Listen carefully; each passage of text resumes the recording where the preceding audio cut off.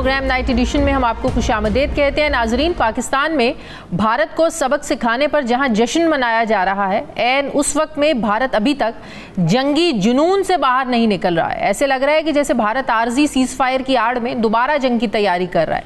मसले कश्मीर पर अमरीका की सालिसी की पेशकश हो या पाकिस्तान की तरफ से पीस का पैगाम, इंडिया हर मामले पर हट धर्मी दिखा रहा है। पाकिस्तान और भारत के डीजी मिलिट्री ऑपरेशंस के दरमियान अब तक हॉटलाइन पर 3 बार राब्ता हो चुका है, जिसमें 18 मई तक जंगबंदी पर इत्तफाक हुआ। मगर वॉर हिस्टेरिया में मुब्तला जो भारतीय वज़रा हैं, उनके बयानात अभी तक ठंडे नहीं पड़ रहे हैं। भारतीय वज़ीर दिफा राजनाथ सिंह का ये मानना है कि ऑपरेशन सिंदूर अभी ख़त्म नहीं हुआ। भारत अभी सही पिक्चर दिखाना चाहता है, अभी ट्रेलर दिखाया है। दोनों अतराफ नाजरीन जंग का बगौर जायज़ा लें तो साफ साफ नज़र आता है कि भारतीय मांग से पाकिस्तानी अफवाज ने सिंदूर मिटा दिया, लेकिन फिर भी भारतीय वज़ीर दिफा ने IMF से ये मुतालबा किया कि वो पाकिस्तान के लिए मंजूर $1 अरब के कर्ज प्रोग्राम का दोबारा रिव्यू करे। साथ ये इल्ज़ाम भी लगाया कि ये रकम दहशत गर्दों की सहूलतकारी के लिए इस्तेमाल हो रही है। भारतीय वज़ीर दिफा का ये बयान जाहिर करता है कि मोदी सरकार पाकिस्तान की जवाबी कार्रवाई के बाद से सियासी तौर पर ज़ाहिर है बहुत प्रेशर में है। भारतीय अपोजिशन कांग्रेस हो या फिर अवाम अब मोदी सरकार से सवाल पूछ रहे हैं कि बड़े बड़े दावों के बाद इंडिया ने घुटने क्यों टेके।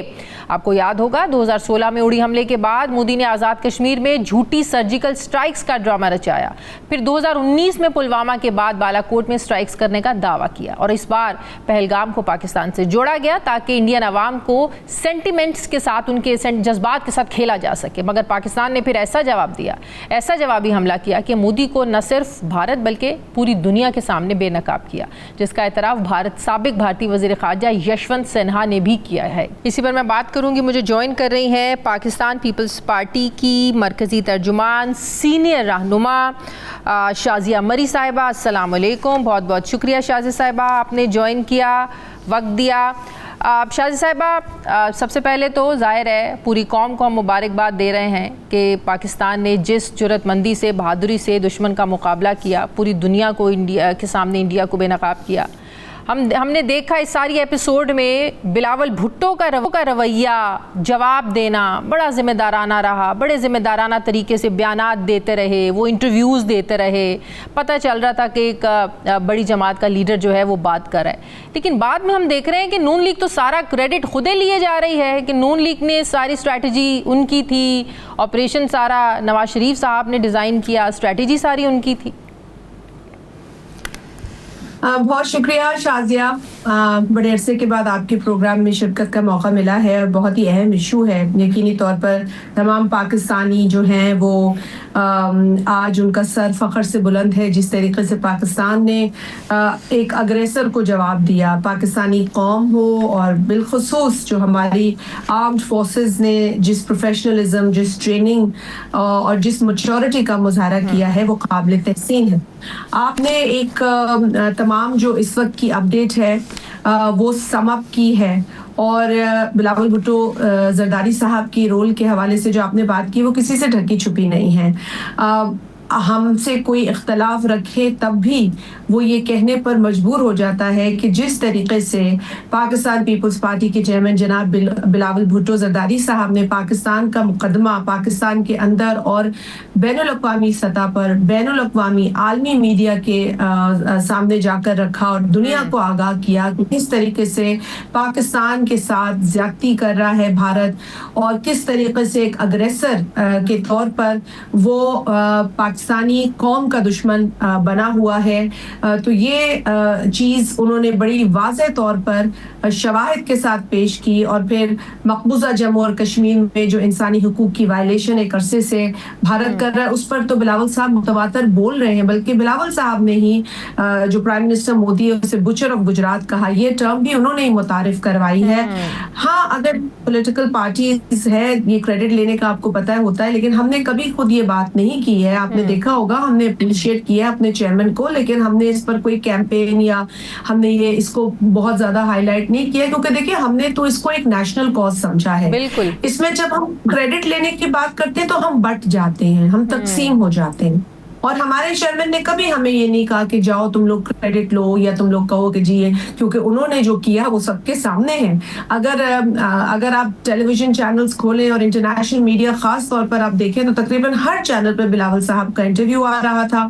और इसी तरीके से अगर आप लोकल मीडिया भी देखें इवन तो कई के चैनल्स भारतीय मीडिया में बिलावल भुट्टो के बयानात को बहुत ज्यादा क्रिटिसाइज किया गया जी, और सबसे ज्यादा बिलावल साहब को टारगेट किया गया है। सबसे ज्यादा उनको जो है वो उनको टारगेट किया गया, उनको तनकीद का निशाना बनाया गया है।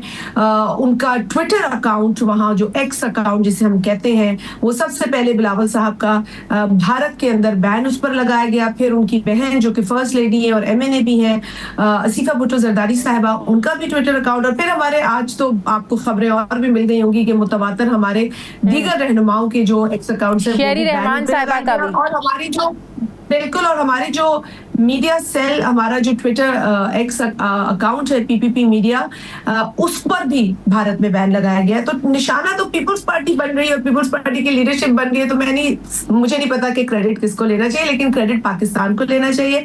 किसी एक सियासी जमात को इसका क्रेडिट नहीं लेना चाहिए। हमने एक कौम बनकर ये इसका मुकाबला किया। हमने ये नहीं सोचा कि हम किस जमात से, हमने ये नहीं सोचा कि हम फेडरल काबीना में है या नहीं है, या फिर हम उस वक्त हुकूमत को जो है कहें कि जी आप हमें ये दे दे तो हम आ जाएंगे। नहीं, ये मुल्क का मसला है।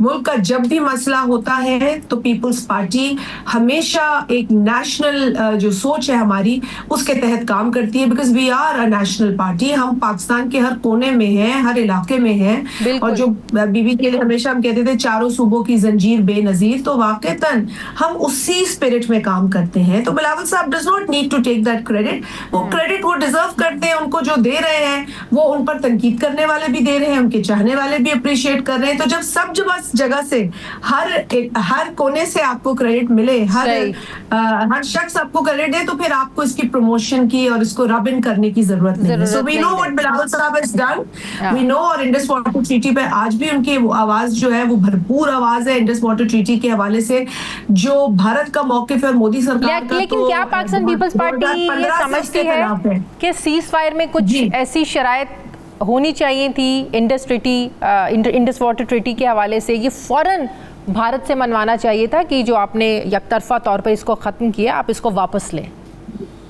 अच्छा, देखिए technically, because you are a well researched anchor, मैं देखती हूँ आपके भी प्रोग्राम्स को, तो इतनी रिसर्च तो आपने भी की है कि जो इंडस वाटर ट्रीटी है 1960 की, वो बैनुल अक़वामी सतह पर की गई है। इसके अंदर बाकायदा गारंटर्स मौजूद है। वर्ल्ड बैंक बड़ा नुमाया इसके अंदर किरदार अदा कर रहा था उस वक्त, और उसने इसको पूरा ओवरसी किया है और उसके सामने ये सारी चीजें हुई हैं।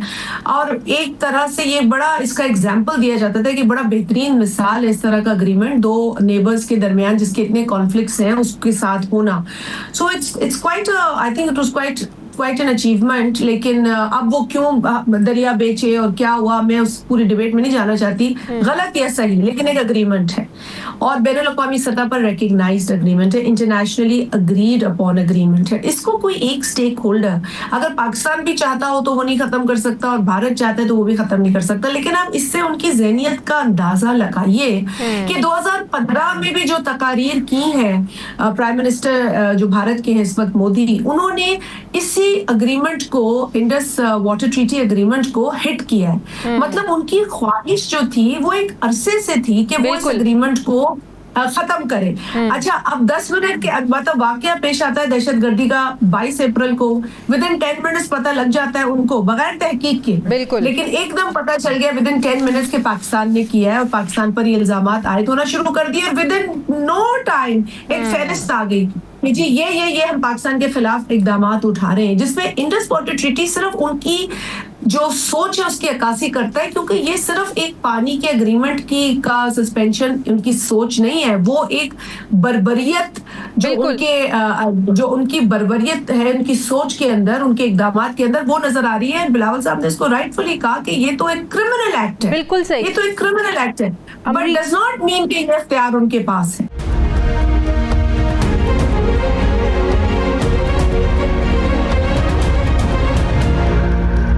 प्रेसिडेंट ट्रम्प की इंटरफेरेंस, उन्होंने जिस तरह जंप इन करके मामले को जाहिर है सेटल किया, जाहिर है दोनों मुल्क जो हैं वो एटमी पावर हैं, तो आपको लगता है ये जो सीज फायर है ये वक्ती है? जिस तरह के उनके अभी वजीरों के बयानात आ रहे हैं कि ऑपरेशन सिंदूर अभी ख़त्म नहीं हुआ, अभी तो ये ट्रेलर था, अभी तो हमने पूरी दुनिया को पूरी पिक्चर फिल्म दिखानी है, तो आपको क्या लगता है अभी हमें अलर्ट रहना है, ये वक्ती है सब कुछ जो हुआ? देखिए, जब तक एक अग्रेसर हो भारत, जिसको हम अब एक रोग स्टेट के तौर पर तो आज दुनिया को नजर आ रहा है, लेकिन हम तो एक अरसे से कह रहे हैं कि ये रोग स्टेट बन चुका है और जिस तरीके से ये खित्ते में अपना किरदार अदा कर रहा है, अगर तो मतलब एक उभरती इकोनॉमी है तो उससे जिम्मेदारी का मुजाहरा करना चाहिए। बिलखुसूस अगर एक न्यूक्लियर स्टेट है तो उसे और ज्यादा जिम्मेदारी का मुजाहरा करना चाहिए। लेकिन हमने देखा है कि वक्त के साथ साथ भारत ने गैर जिम्मेदारी का मुजाहरा भी किया है और एक अग्रेसर के तौर पर उभरा है। सिर्फ पाकिस्तान के लिए इस तरह की इनकी सोच नहीं है, बल्कि और जो दीगर छोटे ममालिक हैं इनके इर्द गिर्द, वो भी इनसे बहुत परेशान है। अभी तो आपने देखा 7 समुद्र पार कनाडा ने भी इनकी जो टेररिस्ट एक्टिविटीज है स्टेट की तरफ से, उसके ऊपर उन्होंने एहतजाज किया है। श्रीलंका ने इस तरह का एहतजाज किया है। तो जब एक स्टेट ही टेररिज्म करे तो हम क्या कह सकते हैं? तो आप ये देख रही है ना कि बिल्कुल अब फॉल्स फ्लैग ऑपरेशंस खुद साबित, उनके अपने लोग कह रहे हैं, उनके अपने लोग कह रहे हैं कि ये फॉल्स फ्लैग ऑपरेशंस करते हैं। बीजेपी जब आई है हुकूमत में, उसने फॉल्स फ्लैग ऑपरेशंस किए हैं, उसने किसी ना किसी तरीके से लोगों को डाइवर्ट किया है असली मसाइल से। क्या भारत के मसाइल खत्म हो गए? क्या गुर्बत खत्म हो गई है? आज भी अगर आप जाके रिसर्च करें तो 238 के करीब 238 मिलियन लोग ऐसे हैं जिनको खाना नहीं मिलता। बिल्कुल ऐसे ही है। उनके अपने ही लोगों ने मोदी सरकार को भी एक्सपोज किया, मीडिया को भी एक्सपोज किया। आपने देखा है कि मोदी का ग्राफ कितना गिरा पास्ट इलेक्शंस में। अब उसने सोचा कि मैं कैसे ग्राफ, मतलब एक सिचुएशन क्रिएट करूं एक पड़ोसी मुल्क के खिलाफ जिसके ऊपर सेंटिमेंट्स को मैं और ज्यादा आग दे सकता हूं, और ये करूं। और फिर मीडिया उनका मेन स्ट्रीम कंट्रोल्ड है। अब आपने देख लिया उनके अपने जो लोग हैं, जो जी शऊर लोग हैं, जो जमहूरियत मुल्क में चाहते हैं, जो इस वक्त नहीं है। इंडिया आज डेमोक्रेसी के तौर पे भी फेल हो रहा है। इंडिया आज सेक्युलरिज्म का भी नारा नहीं लगा सकता। बिल्कुल सही। और भारत के अपने अंदर आवाजें उठ रही हैं। अब वो जो खातून थी, जो उनकी आर्म्ड फोर्सेस की स्पोक्स पर्सन थी, गालिबन सोफिया कुरैशी उनका नाम है, आपने देखा कि उसके साथ क्या किया है उनका मिनिस्टर जो विजय शाह नाम है, बिल्कुल उस औरत को टारगेट करके कहता है कि ये दहशतगर्द तुम्हारे भाई हैं। अभी यू कैन इमेजिन कि वो अपने लोगों के साथ रातों रात उसको अपना घर छोड़ना पड़ा, अपने बच्चों को शिफ्ट करना पड़ा। एब्सोल्युटली। तो मैं तो यही कहूंगी कि देखें, इनके जहन जो है ना, ये सिर्फ जंग की तरफ जाना चाहते हैं। पाकिस्तान डे 1 से कहता है कि जी हम एंगेजमेंट चाहते हैं। जब आपके पास एक दहशतगर्दी का वाकया हुआ जिसे हमने उसको भरपूर तरीके से उसकी मजम्मत की, क्योंकि हम खुद शिकार है दहशतगर्दी का। हम समझ सकते हैं कि कितना तकलीफ दे एक सिचुएशन होती है, और उस पर भी हमने आपसे कहा कि एविडेंस लाइए, बैठ के बात करें। और हमने कंडेम किया उस वाकये को। Single shred of evidence. आपने फिर हम पे हमला किया। स्टेट के तौर पे आपने हमारे 31 लोग शहीद किए और बेशुमार लोग आपने हमारे जख्मी किए। स्टेट ने, वहां तो आपके पास कोई सबूत नहीं था कि दहशतगर्द कौन है, उसकी शक्ल क्या है, उसका वो है कौन, हुलिया भी आपको नहीं पता। लेकिन आपने एक पूरा एक सिनेरियो क्रिएट किया to blame us without evidence, और उसी ब्लेम के ऊपर आपने आके हमारे लोग मारे, भारत ने मारे, भारत की सरकार ने हमारे लोग मारे। हमने अपना दिफा किया। दिफा करते करते हमने आपको बताया, then we had a right कि हम वापस भी आपको हमला आवर आप पे हो।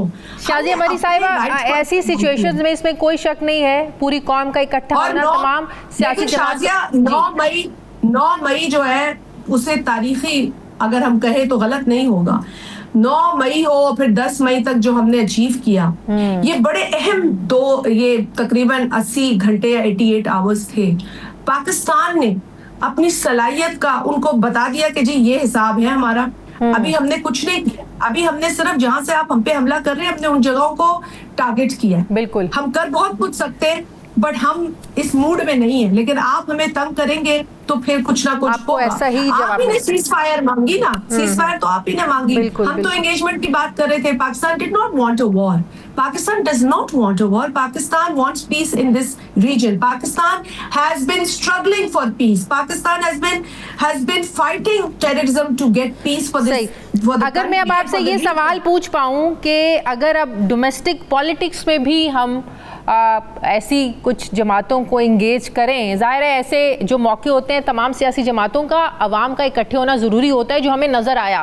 लेकिन डोमेस्टिकली जो पॉलिटिकल एक पोलराइज्ड हमारा मुआशरा है, या एक हमें डिवीज़न नज़र आती है, या एक पार्टी का ये गिला है कि उन्हें पॉलिटिकल स्पेस अभी तक नहीं मिल रही है, तो उस जमात के साथ बातचीत अब आप समझती हैं मौजूदा हालात में नागुज़ीर हो चुकी है?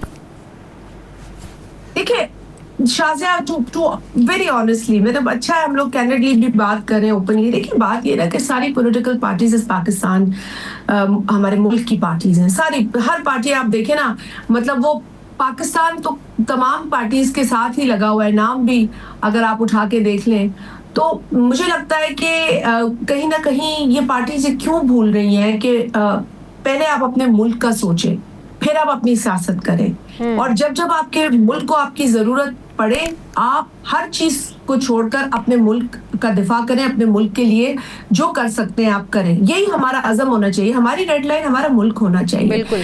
मैं समझती हूँ कि जब हम अपने मफाद को मुल्क के साथ आगे रखते हैं, जब हम अपनी जाती इंटरेस्ट को मुल्क से ऊपर समझते हैं, तो उस वक्त हमारे जो है ना वो मसाइल हो जाते हैं, पेचीदा हो जाती है सिचुएशन। इस वक्त भी किसी ने भी मेरे ख्याल है ऑपोजिशन को ये नहीं कहा कि हम आपसे बात नहीं करेंगे, आपसे एंगेज नहीं करेंगे, बल्कि उन्होंने ये एटीट्यूड रखा।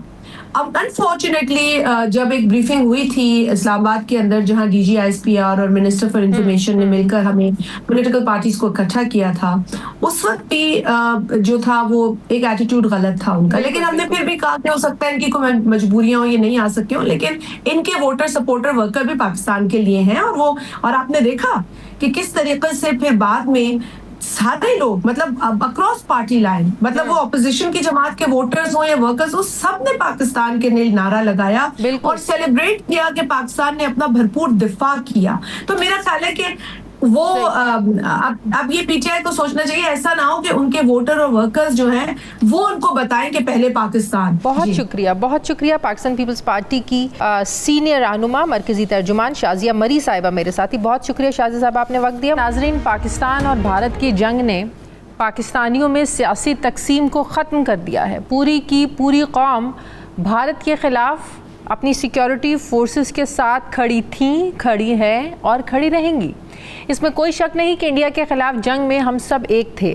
हुकूमत और अपोजिशन का फ़र्क भूलकर सब वतन के सिपाही बन गए थे, जिस पर तर्जुमान पाक फ़ौज ने भी तमाम सियासी जमातों को क्रेडिट दिया और हुकूमती नुमाइंदे भी जंगी हालात में PTI के किरदार की तारीफ़ कर रहे हैं। लेकिन दूसरी तरफ ये एक बड़ी हकीकत है कि हुकूमत और PTI के दरमियान से सियासी लड़ाई कल भी थी और आज भी है। ये वही लड़ाई है जिसने न सिर्फ पार्लियामेंट, अदलिया और मीडिया के किरदार को मुतासिर किया, बल्कि अवाम को भी तकसीम किया। ये वही लड़ाई है जिसमें आए दिन इल्ज़ामात की सियासत होती है, गिरफ्तारियाँ होती हैं, बयानात, जवाबी बयानात, और इस तरह इस सब ने, सारी सिचुएशन ने पाकिस्तान को एक बंद गली में धकेला, जहाँ से अब वापसी कुछ मुश्किल दिखाई देती है। ये वही लड़ाई है जिसने 2018 के इलेक्शंस को माना, ना ही 2024 के इलेक्शंस को माना। अगर ये लड़ाई ख़त्म नहीं होती तो जाहिर है अगले इलेक्शन का क्या हाल होगा अंदाज़ा लगाना मुश्किल नहीं है। ऐसे में फिर सवाल उठता है कि जैसे अमेरिका के कहने पर पाकिस्तान और इंडिया के बीच सीज़ फायर हुआ, क्या ऐसे ही हुकूमत और PTI में भी कोई सुलह सफाई की राह निकल सकती है? क्या दोनों फरीक मुज़ाकरात की टेबल पर बैठ सकते हैं?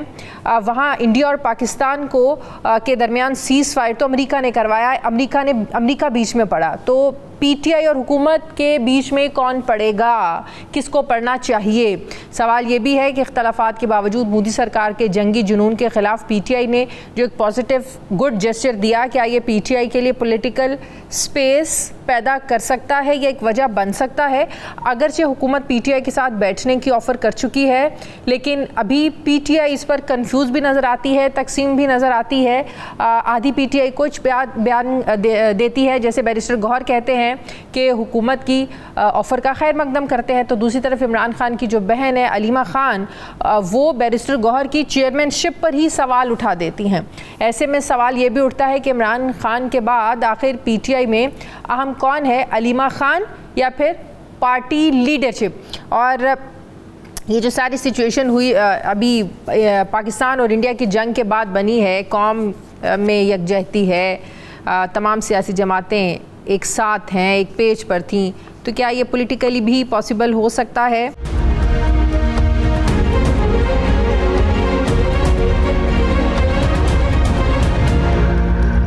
रुकने कौमी असम्बली शेर अफजल मरवत साहब मुझे ज्वाइन करें। अस्सलाम वालेकुम। बहुत शुक्रिया मरवत साहब, आपने वक्त दिया। मरवत साहब, एक अरसे के बाद हमने देखा कि पाकिस्तान की तमाम सियासी जमातें, पूरी कौम यकजा थी, यकजहती नज़र आई भारत के ख़िलाफ़। इस जंग में पाक फ़ौज ने भी शुक्रिया अदा किया तमाम सियासी क़ुव्वतों का, इसमें कोई शक नहीं है। पाकिस्तान तहरीक इंसाफ ने बड़ा ज़िम्मेदाराना एक रोल प्ले किया इस सारी कशीदगी में, इस सारी सिचुएशन में। क्या PTI को पॉलिटिकल स्पेस मिलती हुई नज़र आ रही है आपको? बहुत शुक्रिया।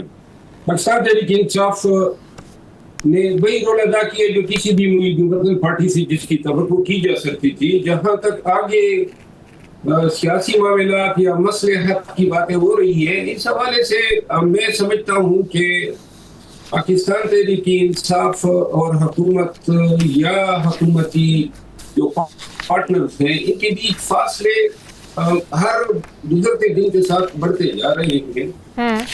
जिन मामलात पे तस्वीर होना है वो तो अगर हुकूमत करने पे आ जाए तो हुकूमत का अपना दड़न तख्ता होता है, तो लिहाजा कोई बीच का रास्ता जो है अभी तक किसी ने तजवीज़ ही नहीं किया है कि बीच का रास्ता क्या हो सकता है। और यूं एक तरफ जो है हुकूमत है या इक़्तिदार है, इक़्तिदार से वाबस्ता मज़े हैं, और दूसरी तरफ जो है उसका उलट है। इन हालात में जब पाकिस्तान जो है एक वक्त में जब जंग से नंबरदाज़मा हुआ तो यकीनन कौम बड़ी तकसीम थी और ये तवक्को नहीं की जा सकती थी कि पाकिस्तानी जो है वो तमाम इख्तिलाफात और रियासतियों को मिला के बिलखुसूस PTI जो है वो अफवाज पाकिस्तान की पुष्ट पे खड़ी होगी। लेकिन अभी भी जो है मैं समझता हूँ कि खारजी तौर पे तो शायद थोड़ा सी जंगबंदी हो गई है, लेकिन दाखिली तौर पे हमारे माबेन एक जंग सी चल रही है और कैफियत जंग की ही सी है, जहाँ इंसानी बुनियादी हकूक जो है वो आए दिन पामाल हो रहे हैं, अदालतें जो है वो इंसाफ करने के काबिल। अभी बीच के रास्ते की आप बात कर रहे हैं, वो बीच का रास्ता क्या हो सकता है? देखिए, मेरा ख्याल है कि बीच का रास्ता जो है वो अभी तक कोई तस्वीर कशी नहीं हुई है। सबसे जो बड़ा पॉइंट है जिस पे तस्वीर नहीं हो सकता है वो है मैंडेट की रिकवरी। ये मैंडेट छोड़ नहीं सकते हैं और पाकिस्तान तहरीक इंसाफ से बाज नहीं आ सकती। एक दूसरी बड़ी बात यह है कि 2 साल होने को है खान की सऊबतें और कैदोबंद की मयाद को, इसका जो है हिसाब बनता है और अभी तो शायद छोड़ने की बात हो रही है, लेकिन अगर खान को छोड़ा भी जाता है तो ये हिसाब जो है मुकम्मल तौर पे साफ नहीं होगा। छोड़ने की बातें कहाँ से हो रही हैं? सीनियर सहाफ़ी जो है नजम सेठी साहब, वो भी ये दावा कर रहे हैं कि ईद से पहले बड़े रहनुमा रिहा होंगे और जून तक इमरान खान की रिहाई की वो बात कर रहे हैं कि पसे पर्दा मुलाकातें भी हो रही हैं। एक मुलाकात, एक अहम मुलाकात उनकी खबर के मुताबिक 6 मई को एक गैर सियासी शख्सियत ने अडयाला में जाकर की है। भारत के साथ जो सारे मामलात चल रहे थे उस पर ब्रीफिंग दी गई, बहुत सी बातचीत हुई, उनके किरदार पर उनका शुक्रिया भी अदा किया गया। तो ये रिहाई की तो बातें हो रही हैं, तो क्या ये बैकडोर चैनल राब्ते आपको लगता है कि इस बार जो है इसका पॉजिटिव रिजल्ट निकलेगा? मेरा ख्याल है कि ये जो नजम सेठी साहब की जिस मुलाकात का जिक्र आपने किया है, ये सरासर खबर जो है बेबुनियाद है। नजम सेठी साहब की चुड़िया आजकल सिर्फ दाना ही चुग रही है इनके लिए, बाकी जो है ये खबर जो है इसकी कोई वैलिडिटी नहीं है और मैं नहीं समझ रहा हूँ कि ईद तक जो है कोई ब्रेक थ्रू मुमकिन है। क्योंकि ब्रेक थ्रू मुमकिन था जंग के अयाम में, और शायद इसी वजह से जो है पेरोल पे खान की पिटीशन वज़ीर आला KPL यमीन खान ने दायर की। अगर जंग थोड़ी लंबी हो जाती तो खान की रिहाई यकीनी थी। कैसे? लेकिन कैसे? मेरा ख्याल है कि ये जो पेरोल पे अचानक पिटीशन का दायर किया जाना, ये कोई ऐसा फैसला नहीं था जो एक तरफा था। कुछ जो है बातचीत हुई होगी, और जिसके तनाजुर में, क्योंकि खुद मैं वकील हूँ, पेरोल जो है ये बेसिकली सवाबदीद बनती है हुकूमत की, और हुकूमत की सवाबदीद बनती है जिस तरह जो है मियां नवाज शरीफ साहब को जो है उस जमाने में एक रिलीफ दी गई थी जब वो लंदन चले गए थे, और पंजाब की हुकूमत ने जो है ये रिलीफ दी थी। तो यहाँ पे कुछ मामलात शायद बनते बनते रह गए। जब लेकिन यहाँ कोई इस तरह के मामलात बनते भी हैं। इमरान खान तो किसी डील को कबूल करने के लिए तैयार ही नहीं है। बकौल उनके PTI के लोगों के डील की ऑफर तो बारहा दी गई, आप बाहर चले जाएं, आप नतिया गली चले जाएं, आप जमान पार्क में खामोश होकर बैठ जाएं, आप बनी गाला चले जाएं। बकौल उनके तो डील की ऑफर्स तो दी गई। नवाज शरीफ साहब कबूल करते थे, वो चले जाते थे, उनको रिलैक्सेशन जो भी मिलती थी। इमरान खान तो किसी किस्म की ढील लेने के लिए भी तैयार नहीं है। वो कहते हैं मुझे अदालतों के जरिए रहा होना है। मेरा ख्याल है जब सियासत में जो अरूज मिला है PTI को और दिलखसूस खान साहब की शख्सियत को, वो उनकी इस मुज़ाहमत की कुव्वत की वजह से है। और आज भी अगर कोई डील हो जाती है जिसके नतीजे में खान साहब बाहर आते हैं, खान साहब तो बाहर आ जाएंगे, लेकिन जो सियासी अरूज है वो बिल्कुल बैठ जाएगा। तो लिहाजा जब 2 साल इतना डील लिया, शायद चंद हफ्ते या चंद महीने और बनते हैं, और ये हमदर्दी मेरा ख्याल है सियासी तौर पर लोगों की तब तक रहेगी जब तक खान असूलों पे डटा हुआ है। पाकिस्तान में ऐसे ही है, और जिस दिन जो है वो उनकी कोशिश तो ये होगी कि अब ये सारी जो जद्दोजहद है और सारी जो हिम्मत और जवामर्दी है, इसको किसी न किसी तरीके से गंदा किया जा सके, ताकि जो सियासी अरूज मिला है उसको ज़वाल हो। लेकिन मरवत साहब, हुकूमत तो बार बार ऑफर कर रही है। एक बार फिर उन्होंने ऑफर की है, हुकूमत ने PTI को बातचीत की, डायलॉग्स की, लेकिन PTI के अपने अंदर कंफ्यूजन है। आदिल PTI कहती है कि मुज़ाकरात के लिए तो इमरान खान ने बात ही नहीं की। अलीमा बीबी कहती है कि इमरान खान ने तो ऐसी कोई बात ही नहीं की। बैरिस्टर गौहर कौन होते हैं ऐसी बात कर रहे हैं, जबकि गौहर साहब कहते हैं कि इस पर मुज़ाकरात की जो ऑफर है हुकूमत की, इससे इमरान खान से मुशावरत जारी है। तो अब ये जानबूझकर ये इस तरह का प्रोपेगेंडा किया जा रहा है मुज़ाकरात को छुपाने के लिए, या वाकई PTI इस पर खुद ही कंफ्यूज है कि बात करनी है या नहीं करनी? पाकिस्तान तहरीक इंसाफ की क़यादत गुज़िश्ता 1.5 साल से इंतहाई कंफ्यूजन का शिकार है। कोई भी फैसला जो है वो ले नहीं पा सकते थे, क्योंकि जो इनविजिबल कैरेक्टर्स हैं या एक्टर्स हैं वो किसी को काम करने नहीं दे रहे हैं। हर मामले पर इख्तिलाफ राय हैं, हर मामले पे जो है पार्टी में जोड़ तोड़ का फुकदान है, और एक ही मौक़िफ़ या एक ही बात पे 4 मौक़िफ़ आ रहे हैं। बिल्कुल। खान की रिहाई के लिए कोई मुज़ाहमत की बात जो पहले करते थे, एक करता है, 3 तरदीद करते हैं, फिर मैंडेट की रिकवरी या अदालती जो 26वीं आईनी तरमीम है वो बातें तो बुला बैठे हैं। अब तो आजकल मुबारकबाद इसी चीज पे दे रहे हैं कि हाँ जी फला की मुलाकात हो गई है। जब सियासी जद्दोजहद जो है सिमट के सिर्फ मुलाकातों तक आ जाए, और इसकी वजह ये है कि गुज़िश्ता 1.5 साल या जो तजुर्बा था वो बड़ा तलख था। क़यादत जो है अपने कहीं कुछ भी नहीं कर पा रही है, और क़यादत पे शायद मेरा ख्याल है कि खान साहब ने जो है थोड़ा सा भी अब हर चीज के लिए इजाजत लेनी पड़ती है कि जी फलां से बात करें, फलां से न करें, और हर मुलाकात पे या कोई अमन सिक्योरिटी कम्युनिटी में। मरवत साहब, मैं आपसे एक बात पूछना चाहती हूँ, कारकुनान किसकी बात को ज्यादा अहमियत देते हैं या संजीदा लेते हैं या सच मानते हैं?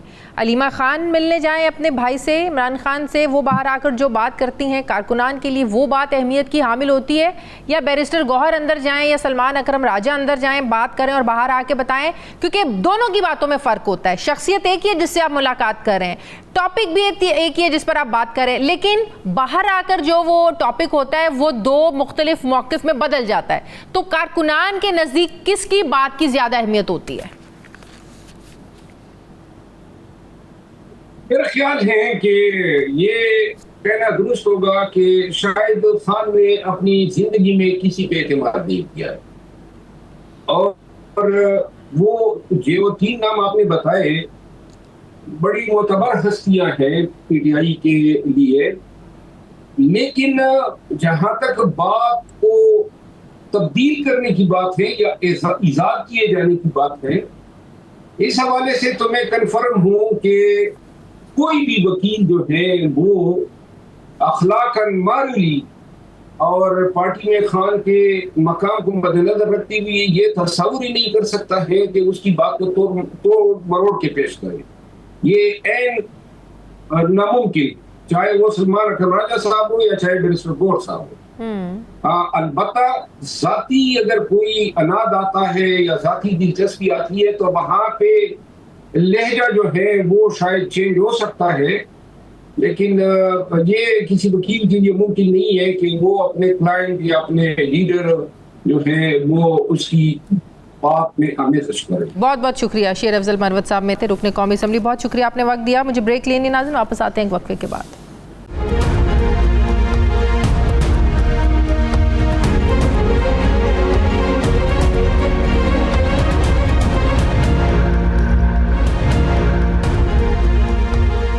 ब्रेक के बाद एक बार फिर से आपको खुशामदीद कहते हैं नाज़रीन। अमेरिका ने पाकिस्तान और भारत की जंग को एक न्यूक्लियर वॉर में बदलने से तो बचा लिया, लेकिन भारत के अंदर अपना नुकसान देख देख कर बदले की जो आग है वो बढ़ती जा रही है, भड़कती जा रही है और दोबारा हमले करने की बात भी हो रही है।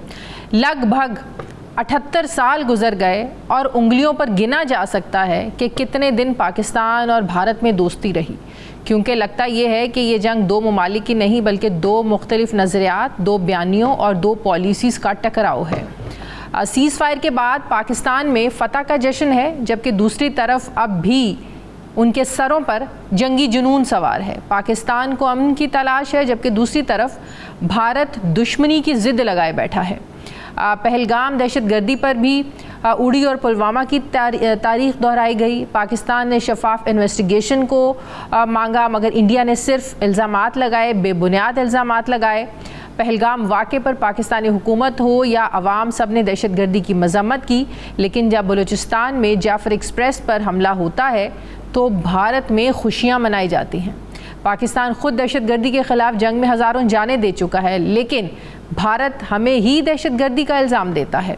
पाकिस्तान बार बार मना करता रहा कि हम जंग नहीं चाहते, लेकिन मोदी के सर पर सवार वॉर हिस्टेरिया ने पाकिस्तान की सुनी, ना ही हमला करते वक्त किसी आलमी ताकत को खातिर में लाया। एटमी मुल्क होकर भी पाकिस्तान ने हमेशा मुल्क की दिफा को ही मुकद्दम जाना, लेकिन भारत को अपनी ताकत पर गुरूर ही इतना है कि हमेशा ही हमला करने में वही पहल करता है। वतन के दिफा पर अफवाज पाकिस्तान आज पूरी कौम का फ़ख्र बन चुकी हैं, मगर इंडिया में सोग है, सवालात हैं और बदला लेने का जुनून सवार है। अमन की खातिर डोनाल्ड ट्रंप के किरदार को पाकिस्तान तो मान रहा है, लेकिन ना जाने इंडिया की आइंदा की पॉलिसी क्या है। वो ना किसी को सालिस मान रहा है और ना ही जंगी जुनून से पीछे हटता नज़र आ रहा है। पहलगाम वाक़े से लेकर जंग तक पाकिस्तानी मीडिया सहाफ़ती उसूलों को नहीं भूला, मगर इंडियन मीडिया का जो वॉर हिस्टेरिया का बुखार है वो अभी पहले जैसा ही है।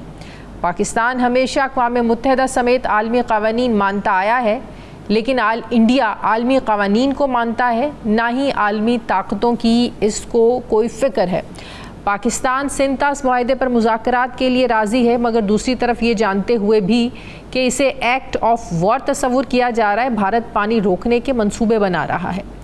पाकिस्तान की खारजा पॉलिसी में हमेशा ही दोस्ती और हमसायगी जैसे रिश्ते को ज़िंदा पाकिस्तान ने रखना चाहा और रखना चाहता है, मगर इंडिया की सियासत में जब तक anti Pakistan, anti Muslim factor ना डालो तब तक तो उनको वोट ही नहीं मिलते, यानी नफ़रत सिखाई जाती है, फैलाई जाती है।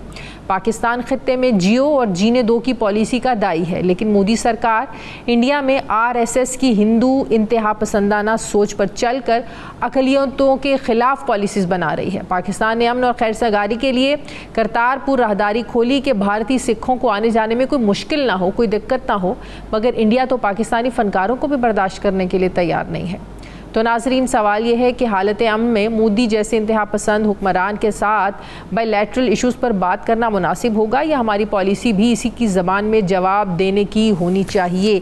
सीनियर सहाफ़ी तज्ज़ियाकार जाहिद हुसैन साहब मुझे ज्वाइन करें। अस्सलाम वालेकुम, बहुत बहुत शुक्रिया जाहिद हुसैन साहब आपका। जाहिद हुसैन साहब, मैं सबसे पहले एज अ सहाफ़ी आप जैसे सीनियर सहाफ़ी से ये सवाल करना चाहूँगी कि इस पूरे टाइम पीरियड में 22 तारीख के बाद से आपने इंडियन मीडिया का भी रोल देखा। आपको लगता है कि इंडियन मीडिया अवाम में भी साख खो चुका है, फिर पूरी दुनिया में भी इंडियन मीडिया की, ज़ाहिर है मीडिया अपनी क्रेडिबिलिटी पे चलता है, अपनी सच्चाई पर चलता है, हकाइक पर चलता है, लेकिन जिस तरह की रिपोर्टिंग, जिस तरह की सहाफ़त इन दिनों में इंडियन मीडिया ने की, क्या ये क्रेडिबिलिटी साख दोबारा इंडिया की बहाल हो सकती है कभी सर? देखिए, दो तीन चीज़ें हैं। एक तो आपने जो है ये आपने इब्तिदाइया में कहा, एक तो बात हमें साफ कर लेनी चाहिए, ये जंग हमने नहीं छेड़ी थी, ना ही हमारी ख्वाहिश थी। तो एक तो ये बात हुई कि जो है हिंदुस्तान की तरफ से जो है जंग छिड़ी गई और ये सबको अंदाज़ा है कि हमने अपने मुल्क का दिफा किया। तो जहाँ तक हमारी इस चीज़ की खुशी तो ज़रूर मनानी चाहिए कि हमने अपने मुल्क का दिफा किया, और एक जरहाना जो एक रवैया था उसको हमने नाकाम बना दिया। अब जो है सीज़ फायर जो हुआ है उसमें यानी दोनों तरफ से होगी, क्योंकि इंडिया जो है एक ऑब्जेक्टिव उनका तो हुआ नहीं जो चाहते थे। और ये भी हमेशा जब ये जंग जो भी छेड़ता है तो वो कभी भी डिटरमिन नहीं कर, जंग छेड़ना बहुत आसान है लेकिन किसी के बस में नहीं रहती है कि उसका आउटकम क्या होगा। तो मेरे ख्याल ये हिंदुस्तान ने जब ये इस तरह की जराना कार्रवाई की थी तो मेरे ख्याल ये है कि उनके जहन में जो कुछ भी था, जो भी वो इसे अचीव करना चाहते थे, वो समझते थे कि इस तरह से पाकिस्तान की मेन लैंड पे करके हमला करके अब खाली पाकिस्तान को एक लेसन सिखा देंगे। इनका मकसद कहने का नहीं था, लेकिन उसको उनको अंदाज़ा नहीं था कि उसका जवाब भी आएगा। तो ये तो सारी बातें सही हैं कि हमें मतलब एक बात से इत्मीनान होना चाहिए कि हमने हमारा मुल्क का दफा मजबूत है, लेकिन उसको थोड़ा सा हम इतना भी हम उसको नहीं करें कि जो है कोई हमारी मुल्क में अंदर जंगजुआना कैफियत सी हो। पता जो है वो नहीं की बात नहीं होती है इसमें। पता कि ये नहीं है कि हम अगर फ़र्ज़ की जब हमने जंग छिड़ी होती और हमारा कोई मकसद होता तो फिर आप उसकी नौयत दूसरी होती। इस वक्त हमें जो है ज़रूर हमें इस बात का एहसास होना चाहिए कि हम अपने मुल्क का दफा कर सकते हैं और यही बहुत बड़ी बात है। अब मसला ये आता है कि ना पहले हमारी ख्वाहिश थी जंग की और ना ही अब है। तो मतलब ये है कि हमें तो इस बात से परेशान नहीं होना चाहिए कि अगर हिंदुस्तान सोचता है कि दोबारा कुछ किस्म की कार्रवाई कर सकता है तो खुद उनको भी अपने इसको जो अभी जो कुछ हुआ है या पहले 2019 में हुआ था उससे कुछ सबक हासिल करना चाहिए। देखिए, अभी 3 दिन के बाद जो है सीज़ फायर करनी पड़ी और वो भी बैरूनी के दबाव के तहत। हालांकि इंडिया कहता है कि हमने जो है अमेरिका के दबाव में नहीं किया बल्कि हमने खुद किया, लेकिन अब सवाल यही पैदा होता है कि जब आप सीज़ फायर के लिए तैयार होते हैं तो इसका मतलब ये हुआ कि जो भी आपकी ख्वाहिशात थी, जो कि ऑब्जेक्टिव थी, उसमें कामयाब नहीं हुए। अब तो यहाँ तक तो बात होनी चाहिए, लेकिन हमें भी बहुत एहतियात से काम लेना चाहिए। एहतियात से मतलब ये है कि हम अपना दिफा तो कर लिया हमने फौजी लिहाज से, लेकिन एक और चीज़ भी आती है कि मुल्क का दिफा जो है वो सिर्फ ये नहीं होता है कि आपकी फ़ौज जो है वो पूरा करती है। आपका मुल्क का दिफा जो है बहुत सारी और चीज़ों पे भी मुनसर होती है। वो आपकी माशी सूरत हाल पे होती है और आपकी जो है खारजा पॉलिसी पे भी एक है। तो अब मसला ये है कि हमें इस वक्त जश्न मनाने के बजाय जो है इट्स टाइम फॉर रिफ्लेक्शन। हमें अपना भी जो है देखना चाहिए। हमें इस बात भारतीय वज़ीर दिफा का आज भी कहना कि ऑपरेशन सिंदूर अभी ख़त्म नहीं हुआ, ये अगेन एक थ्रेट है, धमकी है पाकिस्तान के लिए। देखिए, वो यकीनी तौर पे कहते रहेंगे, लेकिन अब उनको ही पता है कि जब सीज़ फायर के लिए तैयार हुए तो उसकी वजह कोई ना कोई तो होगी। तो अगर आप कहते हैं सिंदूर तैयार है तो फिर अपना अवाम को तो कह सकते हैं, लेकिन उनको खुद भी अंदाज़ा ये है कि जब फिर अगर ये आप कहते हैं कि हमारा उनकी जंग जो जारी है तो फिर सीज़ फायर के लिए तैयार क्यों हुए? तो असल तो कॉन्ट्रडिक्शन है, कॉन्फ्लिक्ट तो नजर आता है। ये मैं ख्याल अपनी आवाम के लिए तो कह सकते हैं, लेकिन उसकी हकीकत सबको पता है। अब वही बात आती है कि हमें जो है ये जो हिंदुस्तान कर रहा है उसकी ही उस पर नहीं चलना चाहिए। मतलब एक नैरेटिव जो अगर हिंदुस्तान अपने लिए या अपने अवाम को जो उसके लिए दे रहा है, तो उसके हमारा जो है अपना एक नैरेटिव होना चाहिए। हमें जो है इस बात के लिए नहीं कि हिंदुस्तान का कोई जवाब, कोई डिफेंस मिनिस्टर कह रहा है तो हमारी तरफ से फौरन ही कोई जवाब आए। देखिए, एक जो पुरएतमाद मुल्क होता है उसको अपने आप पे एतमाद होता है। एतमाद का फिर जरूरत, उसको ये इस बात की जरूरत नहीं होती है कि वो एक कोई जंगजुआना बातें करके जो है वो अपने अवाम को करे। एक आप हमेशा देखेंगे ये एक तो बहुत बड़ा फर्क रहा है जाहिद हुसैन साहब। आपने देखा हमारे भी यहाँ जब भी इलेक्शंस होते हैं, कभी भी किसी भी सियासी जमात ने इंडिया मुखालिफ जज्बात को उभार कर कैंपेन नहीं की है, अपने एजेंडे में फर्स्ट प्रायोरिटी पे ये चीज़ें नहीं रखी है, हिंदू मुखालिफाना एक जो सोच है उसको प्रायोरिटी पे नहीं रखा है। तो ये हमारा तर्ज सोच है, हमारी पॉलिसी है, हमारा नज़रिया है। आप मुझे बताएं, कभी हमने अपने इलेक्शंस में किसी भी पार्टी ने कभी इंडिया मुखालिफ नारे लगवा कर, मेरा नहीं ख्याल, मैंने नहीं देखा कि अपनी इलेक्शन कैंपेन्स क्यों ये चीजें इंडिया में बिकती हैं। लेकिन बिल्कुल सही, आप सही कह रहे हैं। हमारे यहाँ कभी भी इलेक्शन में हिंदुस्तान जो है कभी जिक्र तक नहीं आता है। बिल्कुल। तो मैं उस बात कर रहा हूँ कि इसकी एतमाद है हम पे। हाँ। कि जो है हमें जरूरत नहीं है इस बात की, और अच्छी बात है हमारे सियासतदानों की एक अच्छी रवायत है कि बजाय इसके कि हम सारी चीज़ें जोर जो है उनके ऊपर दें। तो एक बात मैंने जो शुरू में की उसी को दोबारा मैं दोहराना चाहता हूँ कि हमारी ख्वाहिश नहीं है कि जंग, तो इसलिए हमारी ज़रूरत भी नहीं थी कि हम जो हिंदुस्तान को जो है कोई अपने इलेक्शन के उसमें कैंपेन में हिस्सा बनाए। अब बात यह है कि हिंदुस्तान का एक जाराना रवैया है, वो इस किस्म की बातें कर रहे हैं ताकि अपने आवाम को भी करें, लेकिन उसका असर जो है ना वो उल्टा होता है। अब आप बताइए कि जब आप एक फिजा पैदा करते हैं, फर्ज कीजिए कि जैसे हिंदुस्तान में फिजा है, तो इसका मतलब ये हुआ कि जो हुकूमत है जो कि अपने मकसद के लिए अगर इस चीज़ को फैलाती है तो फिर वो सिचुएशन की प्रिजनर भी बन जाती है, कैदी बन जाती है। बहुत शुक्रिया सीनियर सहाफ़ी तज्जियाकार जाहिद हुसैन मेरे साथ थे। सर बहुत शुक्रिया, आपने वक्त दिया। प्रोग्राम का वक्त खत्म हो गया। नाज़रीन फीडबैक दें, अपना ख्याल रखें, मुझे इजाज़त दें, अल्लाह हाफ़िज़।